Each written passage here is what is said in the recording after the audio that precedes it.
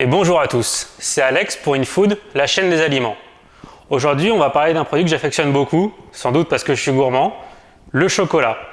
Son histoire, ses secrets, sa recette, c'est tout de suite et maintenant sur InFood. Le chocolat est apparu au 19e siècle et est composé de cacao. Mais ces fèves de cacao ont d'abord été utilisées pour réaliser une boisson amère et épicée chez les civilisations précolombiennes au Mexique. C'est vers l'an 600 de notre ère que cette boisson est née. Elle se nomme chocolati. Cette boisson est réservée aux nobles et aux guerriers. Bien plus précieuse que l'or, la fève de cacao est utilisée en monnaie d'échange. Lorsqu'Hernando Cortés et ses hommes débarquent en 1519, ils découvrent le cacao. Ils prennent alors possession de plantations de cacao et ces soldats adoucissent la boisson avec du sucre de canne et de la vanille. En 1528, Cortés ramène les fèves de cacao ainsi que les recettes en Espagne. Les Espagnols sont fascinés par cette boisson. Il faut attendre 1615 pour que le cacao arrive en France. Et l'engouement européen pour cette boisson augmente à partir du XVIIe siècle. Le cacao est pour le moment consommé liquide, mais en 1828, le chimiste hollandais Van Houten invente une presse capable d'extraire le beurre de cacao de la pâte de cacao. En ajoutant du sucre et un peu de pâte de cacao à ce beurre de cacao, nous avons fait le premier pas vers le chocolat que nous connaissons aujourd'hui. Maintenant qu'on a un peu plus éclairci l'histoire, attaquons-nous à ce qui compose le chocolat. Pour du chocolat noir, nous allons avoir du beurre de cacao, de la pâte de cacao, du sucre, des arômes tels que de la vanille par exemple, et dans de nombreux cas, de la lécithine, qui a un rôle de tensioactif. Si vous ne savez pas ce que c'est qu'un tensioactif, je vous renvoie à ma première vidéo sur la chantilly. Dans le cas du chocolat au lait, du lait déshydraté sera ajouté à cette préparation, et dans le cadre du chocolat blanc, ce n'est uniquement du beurre de cacao, du sucre et du lait déshydraté qui composent le chocolat blanc. Alors en ce qui concerne la réglementation, le décret 76-692 du 13 juillet 1976 encadre la dénomination chocolat.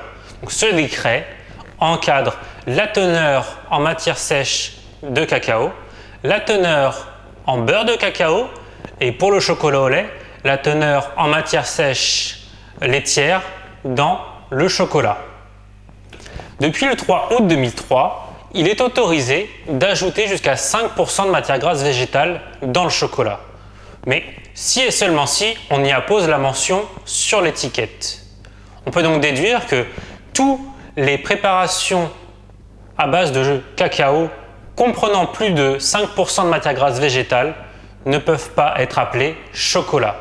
Nous les classons dans la catégorie des compounds ou des pâtes à glacer.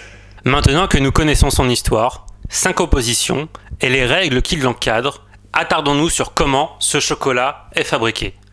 Nous prendrons ici comme exemple le chocolat noir. Le cacaoyer pousse dans les zones tropicales 2 fois par an. Lorsque les cabosses sont devenues jaunes ou orangées, elles sont frappées avec un bâton.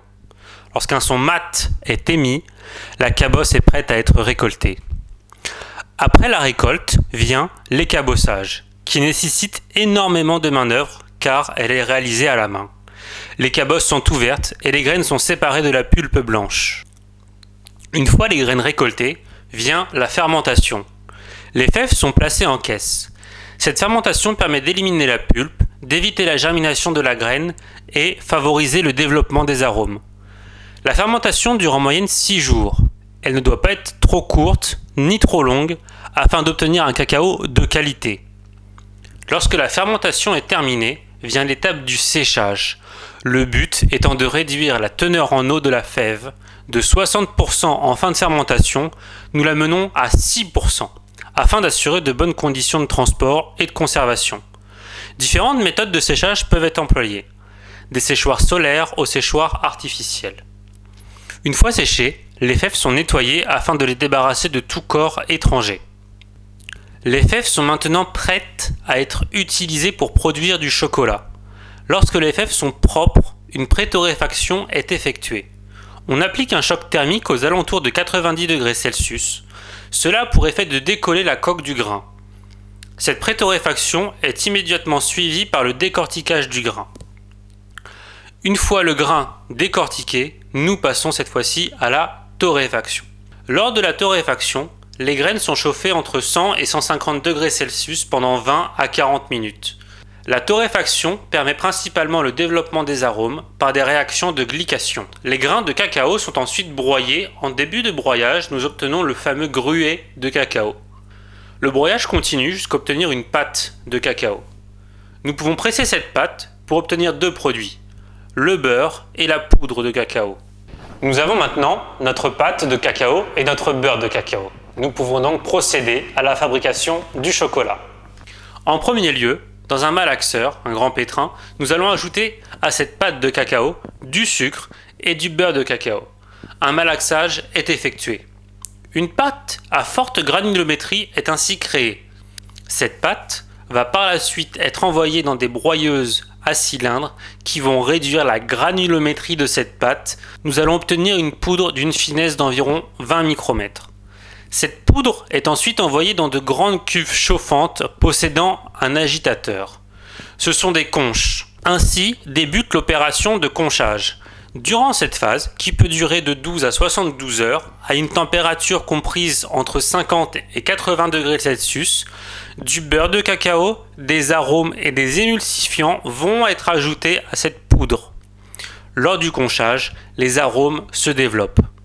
Une fois le conchage terminé, passons à la dernière étape avant la mise en forme de la tablette, le tempérage.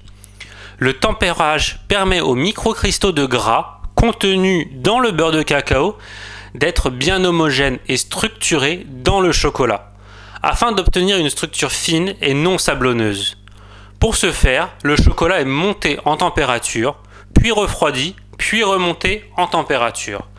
Le chocolat est prêt à être moulé en tablette, ou en œuf, ou en poule, ou toute autre forme. Et c'est grâce à ce bon chocolat qu'on va pouvoir fabriquer le gâteau au chocolat de mon enfance. Vous trouverez la recette dans la description. C'était Alex pour InFood. Je vous remercie d'avoir visionné cette vidéo. N'hésitez pas à mettre un petit pouce, à vous abonner et à me dire ce que vous en pensez dans les commentaires. N'oubliez pas d'être gourmand et à très bientôt pour une nouvelle vidéo.